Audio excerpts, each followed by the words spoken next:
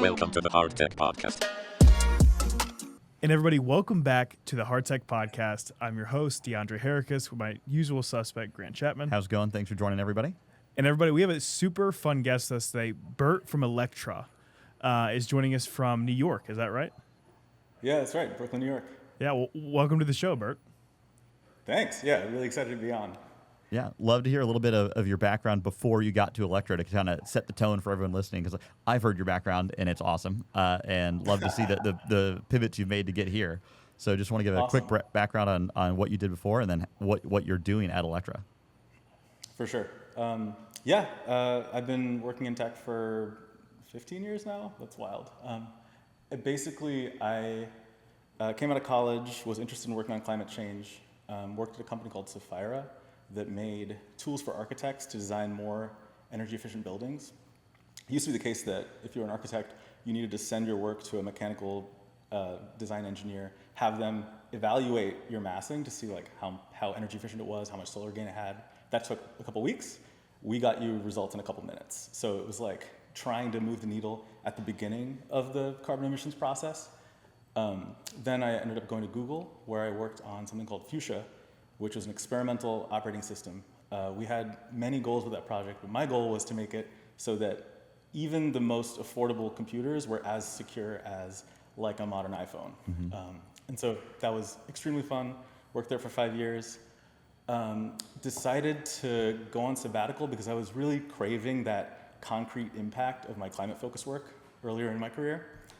And then was on sabbatical for a while, saying no to things, waiting until I heard that a friend of mine was trying to raise money to buy coal power plants and turn them off, which was the coolest and most concrete thing I'd ever heard. That's so wild. I was like, yeah, right? It's like, when you think about it, like coal power plants aren't that capital efficient. They're not like great investments. Like the main thing is they have like consistent returns, and right now they're getting outcompeted by gas, solar, everything.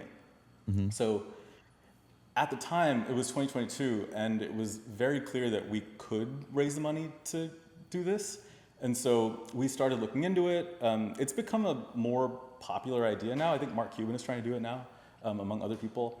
And we got into it because the reason, the place I fit in was, if you're going to replace a coal power plant with something, it should be something that takes advantage of the huge interconnect to the grid a coal power plant has.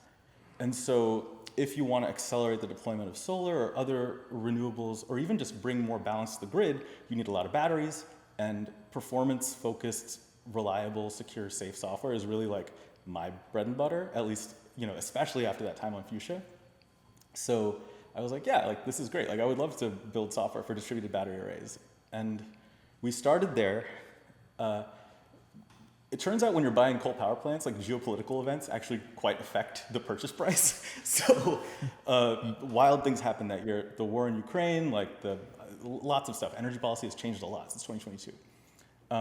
And so in between then and now, we realized doing the coal power plant thing would deliver a lot of climate impact, like a lot of batteries would get deployed to the grid. Mm-hmm. But when it comes to decarbonization, change now is worth a lot more than change later, because of the way that global warming is a feedback loop, like greenhouse gases are a feedback loop. Yeah, and so the old adage, compound interest is a hell of a drug. Yes, exactly. So we were like, is there any way we can take this battery technology and bring it to market nearer term? So then we're like, well, the problems are interconnect capacity, transmission capacity. These are big long-term things. When you go to like an energy conference where people who are really into grid scale stuff are talking to each other. So we went to one very early as we're trying to suss out the coal power plant conversion market. And there was a moment I remember where someone in the middle of a talk was like, oh, by the way, so-and-so just finished their power line. How long have you been working on the power line? And she's like, 17 years. That's insane. So it really stuck out to me, like, oh, we need to make sure we're not like stuck on those kinds of timescales if we could be bringing this technology to market in a better way. Right. And then once you're trying to figure out how do we end run around bottlenecks in transmission capacity, you start to think, well, why don't we put the batteries where the demand is? Mm-hmm. And then you start to think, okay, well, should it be commercial or residential? And then you start going through all those permutations. Commercial, they're figuring it out actually. People are figuring out how to get battery capacity on the grid. But residential, it's hard for people. You know, there's like electrical codes. They don't know where to put their batteries. There's fire codes. You need to figure out exactly how this fits into your life. And there's not usually a one-size-fits-all answer until now. So we did a lot of like user studies, talking to people, and it turns out we'll talk about this more later probably, but like the kitchen is the final frontier of power efficiency in a home. Because it's got this really spiky load. It's got your stove, if it's electric, and it's only used a very small percentage of the time. Right. So as soon as you see that, it's like one of those, I forget what they're called. You know the magic picture where you squint at it? And there's two things you could see, but you can only you can't unsee the second one you found. Exactly. Yeah. Well, and for all the listeners at home, I just want to unpack how grid energy works. Right? Like, oh, totally. You know, Bert, you and I take it for granted. We understand how much a peak hurts the grid versus continuous use. Yes. Right? For everyone listening, I actually dropped out of college the first time to do grid energy storage. This is my thing. So that industry's old enough that there are, as Bert said, mature players doing it for commercial. Right? If you're doing this for a factory, there's systems now where what a factory does, they might pay for, let's say 10 gallons of gasoline worth of energy, right, throughout a day. But the dollar per gallon is set at what their peak drain rate is, right? So if you're in a car, if you floor it once a day and you're all the way to the floor, that sets a higher price point than if you're always only 10% throttle the whole day. And so it's both cheaper to buy electricity and it's easier to produce and maintain the grid if it's consistent. So in commercial applications, you'll store energy in a battery or other systems, but mostly batteries today. And when your factory turns on in the morning and heats everything up or cools everything down, whatever your factory does, and gets ready to run, you actually drain the batteries. And that way you're not pulling more from the grid. And then throughout the day when you aren't using peak electricity or at night when the factory's off, you'll recharge those batteries ready for the next day at a low rate. And that way the grid, in our case, coal power plants possibly, are spinning that steam turbine at the same rate 24 hours a day, and that's where they're efficient. Changing speed or turning little plants on and off is really inefficient for all the users out there. So, Bert, did I do a pretty good job of summing up why the grid hates peaks? Perfect. Literally perfect, yeah. Yeah, so you're tackling this, what I'm going to call it the micro problem. Not on a microgrid on a commercial factory line, not a microgrid in your home like a Tesla Powerwall or an EcoFlow wall. You're tackling it on the appliance that is what I'm going to call the worst offender. Even your air conditioning is peaky, but it runs a lot of the day on hot days. Your stove literally runs for 20 minutes, right? Yeah, like it's a much smaller time scale. Yeah. So what have you guys solved and how'd you do it? I mean, the main thing is, how do you get enough energy into a small space? How do you make it safe? And how do you know that it's delivering the most cost-efficient energy you can? Because people have to, ultimately, like one of the neat things about this application is it makes your cooking experience better. If you're switching from gas, you're upgrading your cooking experience, and by the way, you get a battery for free. You get grid stability for free, you get cooking through power outages for free, and I think the hard parts are all like, how do you make sure all the parts of the system know about each other, and then how do you make sure like all the parts of the system are the best they can be?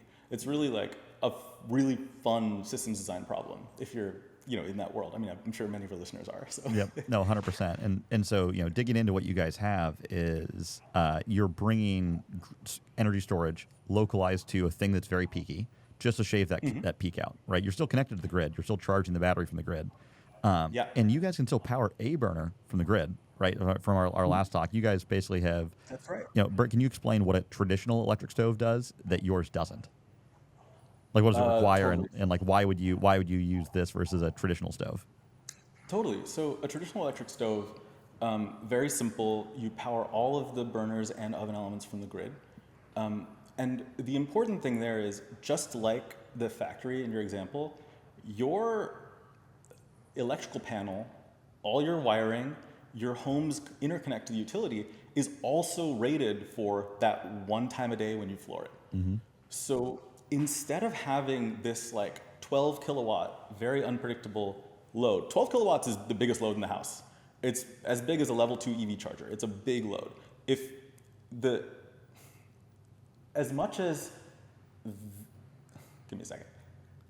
it goes from a 12 kilowatt load down to a 2 kilowatt load.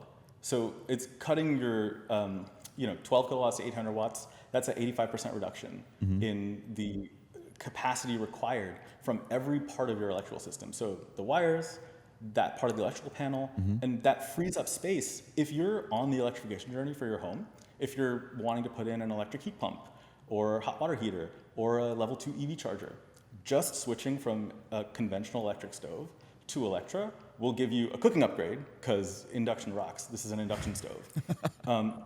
And on top of that, it makes space for you to make those second and third tier electrification moves you want to make anyway, because you're already on this journey. You already want to figure that stuff out. Well, and I think it's cool you can put the stove anywhere, right? Unlike if I'm doing a kitchen remodel and I wanted to put an electric stove in where I had a gas, I have to go get an electrician to run 12 kilowatt high voltage, 220 volt rated connections all the way to wherever I'm putting the cooktop. I can now put an Electra in a basement kitchen that I'm adding in for an ensuite, right? An in-law suite.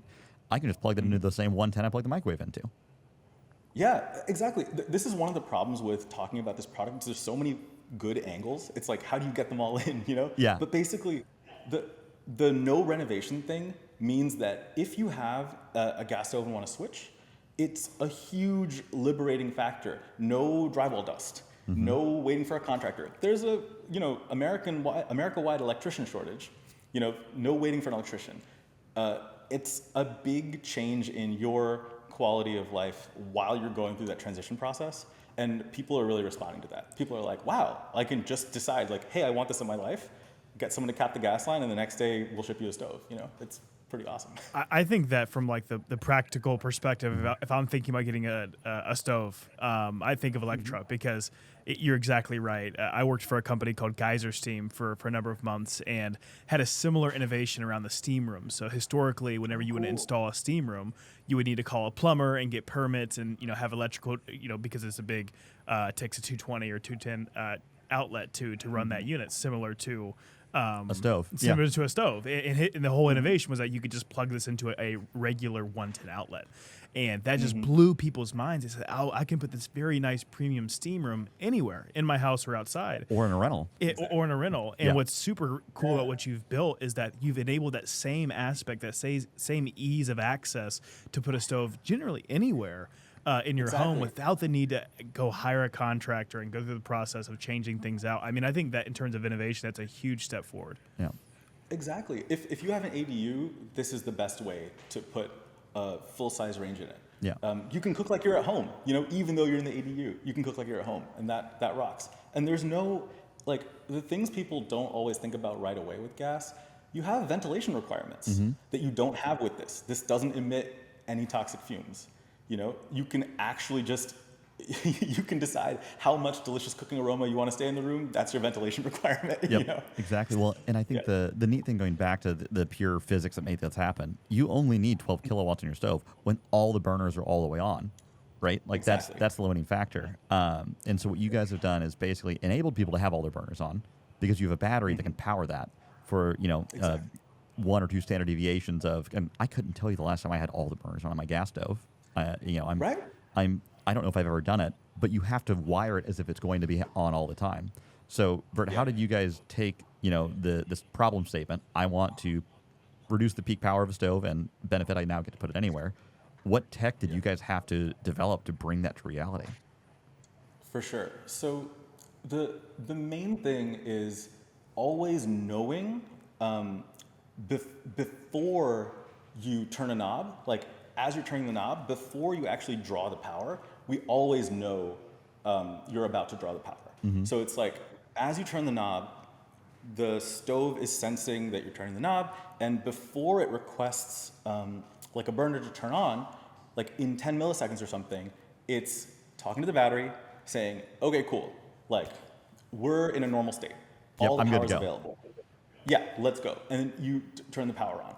But we can do cool things with that. So we can do things like, the battery's full. The battery's going to be full for most people 99.9% of the lifetime of the stove. It's really power outages that are the case where you might have the battery run down a bit. But most of the time, you'll use between 10 and 20% of the capacity of a battery in a normal day. So most of the time, there's tons of power available. We can do things like turn on extra heating elements for fast oven preheat.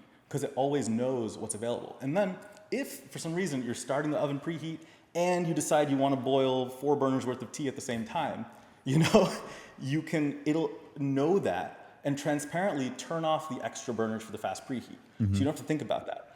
But very rarely, basically only in power outages, will we ever throttle one of the cooktop elements. And this is interesting because even very high-end stoves from other brands, induction stoves you might pay like $8 to $12 for, they'll throttle you without telling you if you turn too many burners up. Yep. And so it's really nice to not be in that situation. The battery is like much, much more powerful than a typical wall outlet. Yeah, and how much energy are you storing in the battery in your system? This battery is 5 kilowatt hours. That's actually a big amount of energy. Yes, Like it's a big amount of energy. That's real. So like, Yeah. how I'm trying to go figure out math in my head. To maintain a tea boil, right? What's the if you had 2 of your burners on, is that how many kilowatts of power is that you're draining to keep like two burners of your stove on cooking dinner and cooking 2 pots? So keeping a boil is easy. Yeah. Keeping a boil is easy. Bringing a stove to a boil, let's say like you might use 3,600 watts to bring that stove to a boil. But because it's induction, you lose so little of it to outside inefficiencies, heat losses, basically, Yeah. that all of that power is going directly into the water through the pan. Oh, that's interesting. So you're not only more efficient than like gas that the flame is making the it go by. You're induction, so you're literally only heating the pan, not the stovetop itself. Exactly. So that's another amazing thing. Like, let's say you're like a busy parent or something, and one of the things you do all the time is like, okay, you're cooking, there's lots of stuff going on. Okay, it's time to put dinner on the table. Your stuff is done. Because it only heats the pan and it doesn't heat the cooktop, you can take a rag right away and wipe it down. Your pan off and wipe it down. Your kids aren't going to get burned. Like efficiency has so many beautiful second and third order effects. So the fact that the cooktop is 90% efficient means that your water boils faster, and you're less likely to get hurt, and so on and so forth. No, that's awesome. And so, even if I'm a power user, using all my burners, I can do this for half an hour, because the battery can charge while you're using it, right? You're probably always able to draw 1,500 watts from the wall to supplement what you're draining from the battery. So it's not a binary, I'm either charging or discharging. You're doing a little bit of both, right? Exactly, yeah. So we mix all that power in the DC realm. So we're really flexible with how so you can set we have like an app. You can set in the app like, oh, I only want to draw 10 amps, or I want to draw a full 15 amps. And you can also say like, hey, I'm really like, I want to be topping up my battery all the time. So I want to like prefer using wall power when it's available. Or you can say, I'm on a time of use plan. Actually, I don't have a flat rate electricity, so I'd prefer to charge at night. Or I'd prefer to charge when electricity is cheap, which is, we can talk about that. But like, the upshot is that the battery can always be charging as you're using it, or you can be just preferring wall power, making sure that you are, basically, if I cook pasta for myself, I use almost no power from the battery in a normal meal. Right, like you're just cooking one burner, which you can do from the wall. Exactly. Even 2 burners, let's say you're getting your water boiling and then throwing your pasta in, maintaining the boil is easy. Right. So even then, I can be sauteing your sauce, my shrimp or whatever. Yeah, your shrimp and your onions for your sauce. And that's going with, let's say a kilowatt. Let's say I want some nice sear on those. Then keeping the water at a boil maybe uses 900 watts or something. And then you're still right under that 1800 watts that lets you just use the full 15 amps from the wall. And what's cool is what you just said. I can know myself as a user, and you've made a nice app to do this, that, hey, I know I'm never cooking a big meal for all of my family all the time. Me and my wife, we just cook a pasta in a main at the stove. Let's use the battery. We'll never kill a battery in a day, and let's charge at night when it's cheap. But then I can go in the app on Thanksgiving if my whole family's coming over when we're cooking all day, keep this battery as full as you can, and then I can run all day. Exactly, yeah. Oh, and by so default, we keep it as full as you can, so you never have to think about it unless you're the kind of person that wants to be economizing on electricity. Like an energy nerd. So, Bert, yeah, exactly. One of the questions I've got is, the cook quality. So the quality at which it cooks food. Have you done any kind of like side by side comparisons? I think that people might think, oh, there's less power, it's less hot, or something like that. But just to kind of roll out some of those concerns that may or may not be there. Totally. So I think, again, I think a lot about people transitioning from gas. So with induction, it's so powerful that you can basically make it arbitrarily powerful. So the question is not how powerful should it be? So the question is not how powerful can we make it? The question is how powerful should it be? So we aimed for basically the nicest gas stove you can buy plus a little bit, so a normal gas stove that people are used to cooking on is maybe between 7,000 and 12,000 BTUs per hour. I'm not going to go into the math right now, but our small burners are comparable to those. And then our big burners, we aimed for a 15 to 20K, prosumer, borderline restaurant grade. Heat transfer. Burner. Yeah, the restaurant grade gas burner amount of heat that you could put into your pan. Exactly. And then the other thing to note is, so when we first started designing this product, we did a lot of math, heat transfer, BTUs, watt hours, whatever. And one interesting thing about the way these stats are measured is they're usually measured boiling water because it's a simple thing to measure. But the experience of cooking with induction, when you're actually cooking food on the pan surface, is actually the efficiency comparisons that you get versus gas stoves actually understate the difference in experience because the pan is getting hot. And boiling water is kind of a perfect load for if you've got kind of a lossy, hot air leaking around the sides of the pan. Yep. Boiling water is kind of a perfect case to understate those efficiency losses. But when you've got food in a hot pan, searing a steak, amazing on induction. I'm from Texas, I love steak, Yep. And searing a steak is one of my favorite things to do on this cooktop. Well, you can get the pan hot so fast. I think that's the other thing most people miss on electric stove, conduction stove, which is what most people have, versus induction, which is what you guys do. What you're literally resonating, a magnetic field that vibrates the atoms in the pan that makes the pan hot. And it's not a microwave for all those listening at home that don't like microwaving their food. This is just affecting basically the metal in the pan to make it hot. And so you're putting that heat directly underneath your food instead of underneath the pan that then has to go through a pan through to your food. Exactly. And, we don't think about this that much, but the folks who listen to this podcast know air is an amazing insulator. When we want to insulate things, the best insulators we have are aerogel. So when you're cooking with gas, there's this big insulating layer, around your food. And when you're cooking with induction, the heat is in the pan. The heat is coming from inside the pan. Call it coming inside the house. It's there's no intermediary other than pan food.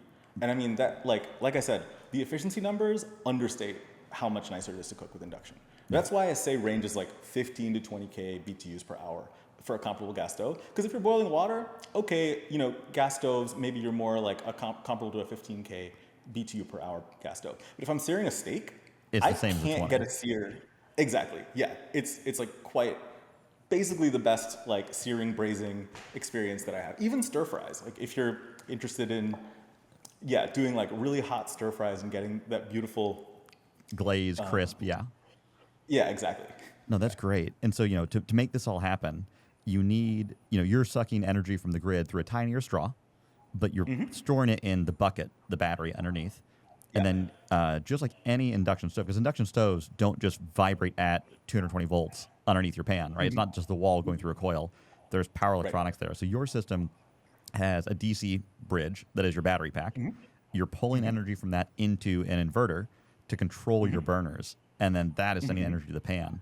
So you guys had to basically learn how to do, 110 volt AC into DC, store DC and manage it effectively, and then pump that out as very controlled AC current for induction. How was that learning curve for you guys to go into the, from what's grid energy, you're mostly just buying inverters, right? And the real math is setting up your batteries and things like that. You're now having to go through and do the whole shebang in a product. Yeah. Well, we're excited to do the whole shebang. My team is amazing.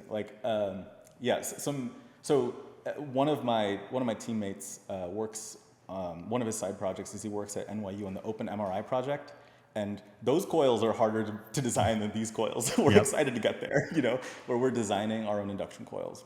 I think the biggest parts of the learning curve for us were really not like, can we do it? That was never a question. But the question was, can we make it simple so that we can make it accessible to everyone? Like, that's the biggest difference you'll notice between us and our competitors is like, everyone's at one price point and then we're at a different price point. And it's like, how is that possible? Well, it's engineering, like you make it as simple as possible, but no simpler. And you try and make sure that, like, we spent all of our time and energy working on basically reducing components, making the system simpler, making that DC mixing like with as few active electronics as possible. Right, basically. as organic as it can be. Like, it wants to work together. Exactly. Yeah, and then from there, it's like one of the things I'm proudest of is like how much of our power delivery and safety stuff we do in hardware. Oh, that's cool. And it takes a little more time to get it right because you're not iterating, in code. You're iterating in circuit designs and breadboards, and then you're sending off PCBs to get made, and like analyzing the thermal performance. You're cutting traces and running wires to hot fix your PCB because you never get it right the first time. Yeah, exactly. But the thing is, we're really strong. Like, that's our strength. Like, we're really strong at electrical engineering, power electronics, and software. And so we, like, all of our safety stuff is in hardware. When we go to like UL to get our stuff safety certified, they're so thrilled because they don't have to look at our software. Right. They're like, oh, all your safety protections are in hardware. We can just test those, and your software could be like out to lunch, and you would still be safe. And I think that is really satisfying from like the system design perspective. It's very, very, and it also is very good for like the simplicity of the system, like getting costs down, like making things accessible, basically, which is, again, our ethos with this product is like, make it accessible to as many people as possible. Like, if you look at a third party that is talking about like the pros and cons of doing this kind of like gas stove to induction conversion, before us, there was like, you'd have a graph which is like, oh, should you do this like battery augmented stove swap? Right. And it'd be like, yes, if you can get a subsidy from the state and the federal government and like, whoever else. But with us, it's just a better value. It's like, it's already better, no subsidy required, And I think that effect is like the thing I'm proudest of in terms of like all the engineering we did to get here. No, that's awesome. And again, it sounds like again, circling back to one thing before I stop my next time, like doing all of your hardware, your safety in hardware is underrated these days. Yes, it's easy to develop in software. It's easy to write code that, quote, makes it safe. But it's also really hard to make software that you 100% know can't go out to lunch, right? Not in any corner case can it go out to lunch. And it's one of those things that like doing it in hardware, we do this in medical device at Glassboard all the time, where we're like, okay, we could measure this in software and we will, because we'll report an error back to the the UX and the connected device and all the things in software, but we're going to protect the patient with hardware. Here, this is going to trip this circuit that I can't even override in software if my life depended on it because hardware is safer. And that's just so cool to hear that you guys took that to the kitchen, Yeah, hell yeah. No, that's awesome. Yeah, we're proud of it. I mean, medical devices sound like a really fun place to do that work as well. It is. It's challenging because like the safety and like the rigor of the regulatory is harder than UL. But it's the added benefit that cost is a little bit less of a concern up front. But it's funny, medical then gets really squeezed once you get to be in reimbursement and insurance. Just like you guys, once you're out of subsidy, now you've got to go find a way to make it a real value for the consumer. And instead of the consumer being the person cooking on their stove, the consumer in med devices, ironically, the payer, not the patient. It's this really weird disconnect of like who's paying for it. So with what you guys are doing, what was the biggest, I'd say, knob you turned to get that cost down? And I would going to ask, is it batteries? What battery tech are you using, and did that help play a role into making this a less expensive product? Definitely. I mean, yeah, I think the biggest thing was deciding to once we did we come from batteries, so that's the preface. It's like we started with these like big grid scale batteries. Once we looked at the landscape, we realized it's very seductive to like outsource the batteries because there's many battery designs out there, but if you bring it in house, you can package it better, you can get the thermals perfect, you can hit exactly, your desired targets. And you can do things like you can source cells that don't catch fire, when you puncture them or short circuit them or heat them. And it's like, it gives us such peace of mind to put these in our homes, to know that we got to design this whole thing from scratch with all the safety protections and hardware and the safest cells we could find. And the other thing that I really like about our battery design is it kind of reminds me of like driving a car with like a big V8. Like it's always chilling. Like it's never being pushed that hard. It's like always, basically the batteries don't get hot because they always have so much in reserve. Mm-hmm. One of the benefits of having like a big pack with lots of energy in it. Well, and I think that's what's neat is because you guys what's your peak kilowatt draw on the stove if everything was on for like the highest peak you could draw from the system was like, is it 10 kW? Yeah, if everything was on at the same time, it'd be about 10 kW. Right, which is only 2C on a 5 kilowatt hour pack, which, for all of you listening that aren't battery nerds, that's not that hard these days. 2C Exactly. on discharge is like that battery won't even get warm to the touch, which is really neat. And you guys aren't regenning that energy back. Like in an EV, you actually get most of your heat in your battery from charging too fast. Regen or plugging into a fast charger. As we don't have that problem, I say your stove doesn't have that challenge to overcome. You can just pick cells that are great at discharge and are super safe. And that's got to be a cost savings, a safety savings, and a peace of mind. Exactly. And then the other thing is because we have such tight control over our charging, we can charge and optimize for longevity.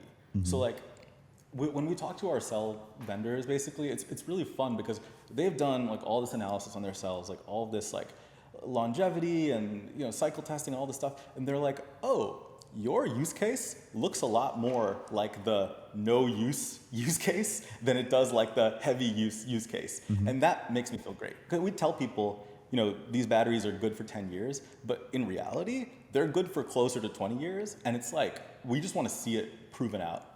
It's like, because we're looking at like a 6,000 cycle life and less than a cycle a day, like a fifth of a cycle a day in normal use. And so like a parallel is you're like a Toyota Prius. A Toyota Prius has a very small battery that moves only 10 or 20% from 50% state of charge up and down, but it does it all the time every day. Tons and tons and thousands of cycles. But the cars last forever because the battery's never going to zero and never having to go 100 to 100% chemically charged. You guys are probably in a very similar use case that you never have to go to 100% chemically charged and you're never draining to zero every day. Like our iPhones go from 100 to whatever your bottom is at the end of the day, every single day, 365. You guys are only getting really drained in power outages, or I'm cooking up one hell of a dinner for the entire family for a full day. Right. And even then, like a power outage, a normal power outage, like let's say your power outage is like a few hours, you've got, I'm not going to make any crazy claims, but like depending on how you use this cooktop, you've got like several meals worth of power in here. Right. And on top of that, like, going back to the benefit to you, it's like if you live in a place where you have frequent power outages, and they're more common than you think. It's not like you don't have to be in the country. You could be like 30 minutes outside of Boston, and you could have like day-plus power outages relatively frequently in difficult seasons for utilities.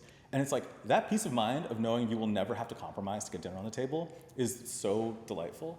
It's like, yeah. Anyway, the designing our own battery was like a big choice for us, and I think for so many reasons, it's paid off in spades. The engineering in the product sounds just outrageous. I'm excited to test it out. For folks that are listening, you guys are doing some traveling coming up. Is that right? Where they could potentially come and take a look at what you guys have built? Yeah, that's the idea. We're starting to kick off. This coming week is Climate Week in New York City. So we'll be demoing twice. Once where anyone can come play with it.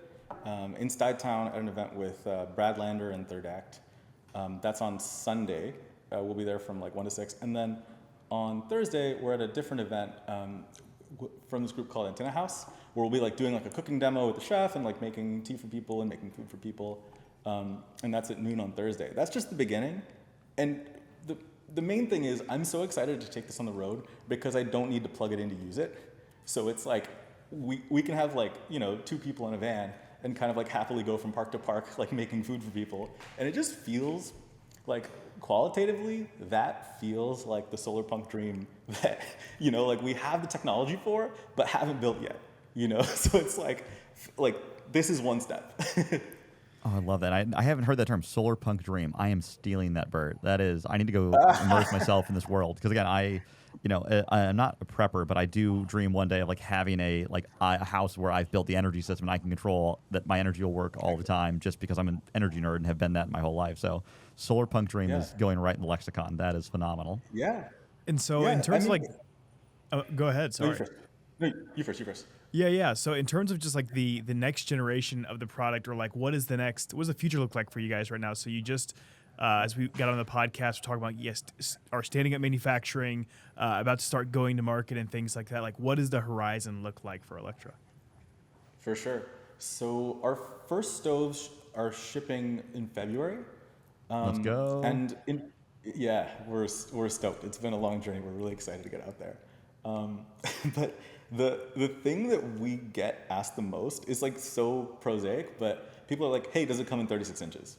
Like, you've got a 30-inch one, that's like most people, but some people want a 36-inch stove, and I'm like, well, yeah, we could make you a 36-inch stove, just like, just keep your eyes peeled. That sounds like a great place to go next. Also because now that all the fundamentals of the system are solid, like, when you go to that bigger power delivery, like we can do some of the things that we've been kind of like thinking about for like the next version of the system that would be more appropriate for like a bigger battery, bigger power delivery system, that kind of stuff. There's been so much progress in the last 15 years in the smallest building blocks of our system, like silicon carbide MOSFETs, like things that are like really, really at the nitty-gritty, like big improvements. And we would love to start doing more and more of our electronics in-house to kind of match some of the gains that we've gotten from this battery. So like 36-inch stove might be a great test bed to start. Right. And just for those listening, like, and Bert, let me clarify, like, silicon carbide is awesome. I've been following that stuff for a long time, from when it was a pipe dream and there's like 2 FETs available, and to now it's like a pretty standard thing that's in all the EVs and you can get parts from anybody. These FETs are what would help power the induction side, so transferring the energy from the battery into the stovetop, as well as probably on your rectifying side, bringing the energy from the wall and metering that into your battery. Exactly. It's one of these things that I think played out. You can look at other companies that have been figuring out the best way to take advantage of this technology. It's like, my understanding is, I mean, like, the further I get away from our product and induction stoves, like, the more this is like, like, take this with a grain of salt. My understanding is, conjecture. My understanding is like EV companies have realized that if they vertically integrate, they can use more sort of like cutting edge components. Like these MOSFETs are just one example, and get overall system efficiencies that they couldn't get from using last generation's components, even though these components are more expensive or like more premium or whatever. And we're really excited to see, like, as we get to iterate on the system, like, how much more powerful can we make it? Like, how much more? And again, the goal is accessibility. So it's like, when you come to the Electra stove from a gas stove, you know how to use it already. Mm-hmm. Like, there's no learning curve. There's knobs, It's like, and we want that transparency to be the case for, like, every version we build. We want it to be, like, really, really straightforward and really accessible. So you already know how to use it. And I think that, taking those goals and taking the bleeding edge of like power electronics and kind of like using one in service of the other, like that's the fun of it for us. That's the dream. No, that's awesome. And power electronics at Glassport is one of our favorite places to go play in EE design. Again, connected products are great, and you can do a lot with tech that's already out there.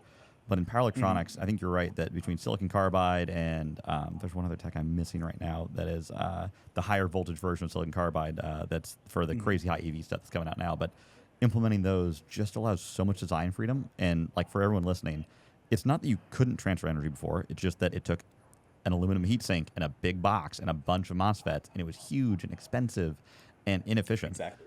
And all of a sudden, you can now move energy in a smaller package with less heatsink, which is just less cost. And I think to Bert, double-click on what you're saying, like doing that vertical integration with new tech may seem expensive. One individual part, the MOSFET, may be more expensive than the older version. But instead of it being the one-size-fits-all tool that everyone's been selling that is a general purpose, you can get the suit that's cut for you, right? And it fits perfect on you. and that way you can get more impact in the suit per dollar. And I think that's, the analogy I have for people that aren't electronics people. It's like it's taking general purpose and switching to a dedicated use, which is great. Exactly. And that feeling when something slots into your design and then makes the whole design around it look inevitable, like that is like one of the biggest rewards of this work is like, oh, wow, like this is how, there's no other way. Like, when you all came to inspect our batteries, for example, they looked at it and they were like, oh, it's simple. And that was one of the most gratifying moments for me. It's just like, oh yeah, like we really did that. Like great, like we made it seem inevitable. And I think that is, there's like, a million. We've seen this play out in tech like over and over again. Like there's lots and lots of innovations where there's like this period of like, we're all trying different things. Like it's obvious where the decisions were made or whatever, and then we like converge to like something that feels inevitable, but was not obvious looking forward. And I think that part of this design work is just really, really fun. Bert, one of the last questions I always like to ask on the pod is if you had advice for founders, business leaders that are wanting to build in a similar vein to how you've done it. You've done it in a really unique way, really push the needle. What would that advice be? There's so much you could say. This is all only possible because of my team. We don't have time to go into it, but like my team is amazing. And I think that one of the things that we did that really helped us do our best work is make this a great place to work. Like make it feel good to come to work, make work feel like time well spent, and always make sure that you're leaving just a little bit of slack in every single iteration or sprint or whatever, so that people, when they have those moments of inspiration, can like take advantage of them. Because variance works both ways when you're doing any kind of hard stuff. You get like positive variance where someone has like a moment of insight and like can pursue it, and then you make something simpler or faster or better. And there's also negative variance where something is like a big rabbit hole or really thorny. And I think making it feel great to come to work and making it possible to have a little bit of slack in every week meant that we could get all the positive variance as well.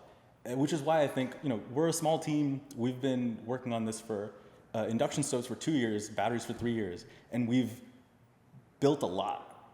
And I think the proof is in the pudding there. It's like, make work a great place to be and give people enough slack so they can capitalize on that positive upside. And I think you can go much further than you think you can, with a small team.